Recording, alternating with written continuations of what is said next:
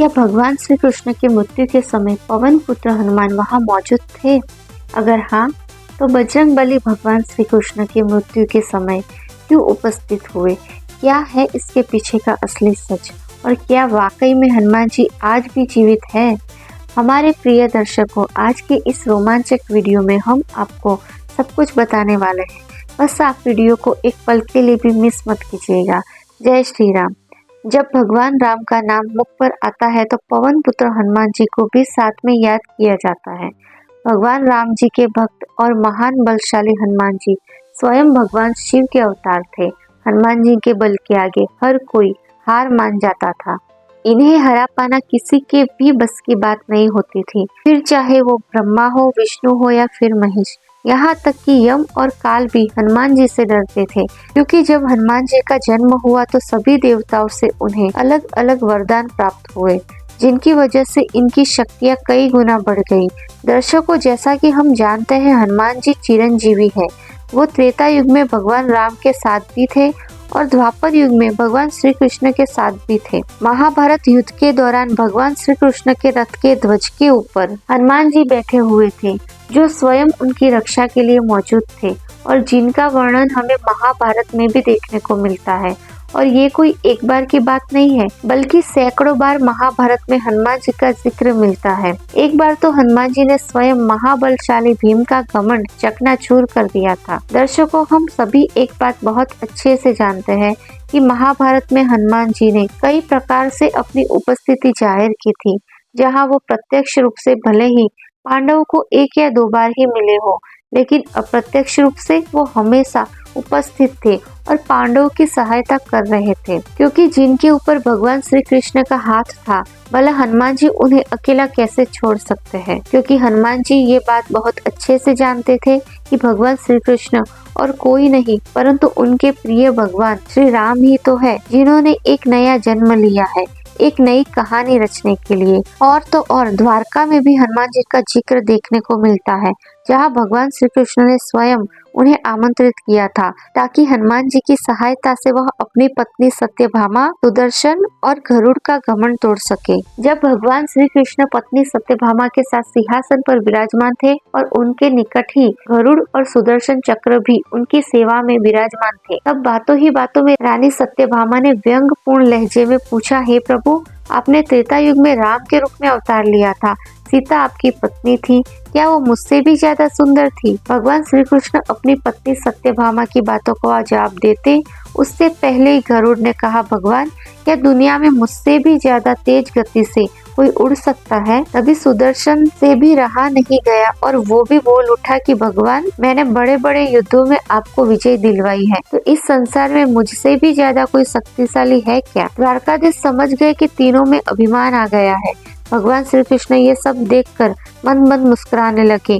वे जान चुके थे कि उनके इन तीनों भक्तों को अहंकार हो गया है और उनका ये अहंकार नष्ट होने का समय आ गया है। ऐसा सोचकर उन्होंने गरुड़ से कहा कि हे गरुड़, तुम हनुमान के पास जाओ और कहना कि भगवान राम माता सीता के साथ उनकी प्रतीक्षा कर रहे हैं। गरुड़ उनकी आज्ञा लेकर हनुमान जी को लाने के लिए चले गए। इधर श्री कृष्ण ने सत्यभामा से कहा कि देवी, आप सीता के रूप में तैयार हो जाओ, और स्वयं द्वारकाधीश ने राम का रूप धारण कर लिया। तब श्री कृष्ण ने सुदर्शन चक्र को आज्ञा देते हुए कहा कि तुम महल के प्रवेश द्वार पर पहरा दो और ध्यान रहे कि मेरी आज्ञा के बिना महल में कोई भी प्रवेश ना कर पाए। सुदर्शन चक्र ने कहा, जो आज्ञा भगवान। और भगवान की आज्ञा पाकर सुदर्शन चक्र महल के प्रवेश द्वार पर तैनात हो गया। गरुड़ ने हनुमान जी के पास पहुंचकर उनसे कहा कि हे वानर श्रेष्ठ, भगवान राम माता सीता के साथ द्वारका में आपसे मिलने के लिए पधारे हैं और आपको बुला लाने की आज्ञा दी है। आप मेरे साथ चलिए, मैं आपको अपनी पीठ पर बिठाकर शीघ्र ही वहां ले जाऊंगा। हनुमान जी ने विनय पूर्वक गरुड़ से कहा कि आप चलिए बंधु, मैं आता हूँ। गरुड़ ने सोचा कि पता नहीं ये बूढ़ा वानर कब तक पहुँचेगा। खैर, मुझे क्या, मैं तो अभी चला, मेरा कार्य पूरा हुआ, मैं भगवान के पास चलता हूँ। और ये सब सोचकर गरुड़ शीघ्रता के साथ द्वारका की ओर चल दिए।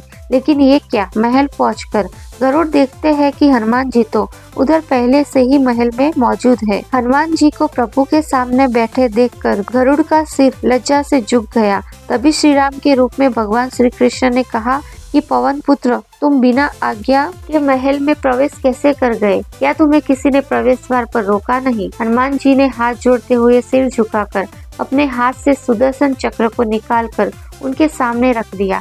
हनुमान जी ने कहा, प्रभु, आपसे मिलने के लिए मुझे भला कोई कैसे रोक सकता है?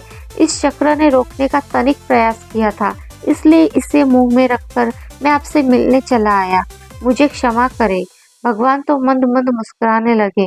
अंत में हनुमान जी ने हाथ जोड़कर श्री राम से प्रश्न किया कि हे प्रभु, मैं आपको तो पहचानता हूँ कि आप ही श्री कृष्ण के रूप में मेरे राम हैं, लेकिन आज आपने माता सीता के स्थान पर किस दासी को इतना सम्मान दे दिया कि वो आपके साथ इस सिंहासन पर विराजमान है? अब रानी सत्यभामा का अहंकार भंग होने की बारी थी। उन्हें सुंदरता का अहंकार था जो पल भर में चूर हो गया। रानी सत्यभामा, सुदर्शन चक्र और गरुड़ तीनों का गर्व चूर-चूर हो गया। वो भगवान की लीला समझ गए और तीनों की आंखों से आंसू बहने लगे और वो भगवान के चरणों में झुक गए। भगवान ने अपने भक्तों के अहंकार को अपने भक्त हनुमान जी द्वारा ही दूर किया।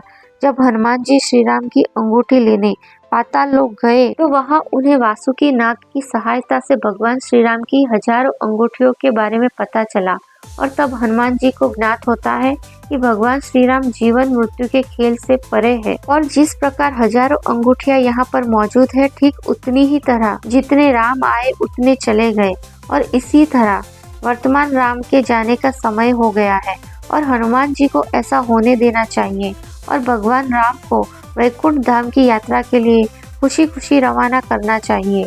अब एक सवाल ये भी सामने आता है कि क्या सच में हनुमान जी भगवान श्री कृष्ण से मिलने के लिए आए थे? तो दर्शकों, ऐसा बिल्कुल भी नहीं है। हनुमान जी निरंतर ही भगवान श्री राम का जाप करते थे।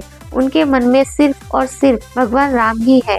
हालांकि उन्हें ज्ञात था कि श्री रामचंद्र ना ही कहीं जाते हैं और ना ही कहीं से आते हैं, वो तो हमेशा ही उनके हृदय में वास करते हैं। इसलिए भगवान श्री कृष्ण के प्रस्थान करते समय ना ही हनुमान जी को किसी बात का दुख था और ना ही उनकी आंखों से आंसू निकल रहे थे। वो पूरी तरह से साधारण व्यवहार कर रहे थे। और रही बात हनुमान जी और भगवान श्री कृष्ण के मिलने की, तो ऐसा कहा जाता है कि स्वयं हनुमान जी जो प्रभु श्री राम के परम भक्त कहलाते हैं, इसलिए उनका अपने आराध्य से आंतरिक मन से यानी आंतरिक तरंगों से हमेशा मिलाव होता रहता है। इस तरह कहा जा सकता है कि स्वयं श्री कृष्ण और हनुमान जी अपने अंतर मन से हमेशा एक साथ ही रहते हैं और हनुमान जी हमेशा अपने ईश्वर के ध्यान में लगे रहते हैं। ऐसे में ये कहना गलत नहीं होगा कि भगवान स्वयं अपने भक्त हनुमान जी के साथ उनके अंतर मन में विराजमान रहते हैं। तो दर्शकों, ये थी हमारी आज की वीडियो। आपको ये जानकारी कैसी लगी हमें कमेंट सेक्शन में जरूर बताएं और ऐसी ही वीडियो देखने के लिए चैनल को लाइक, शेयर और सब्सक्राइब करना न भूलें। तो मिलते हैं हमारे अगले वीडियो में। धन्यवाद।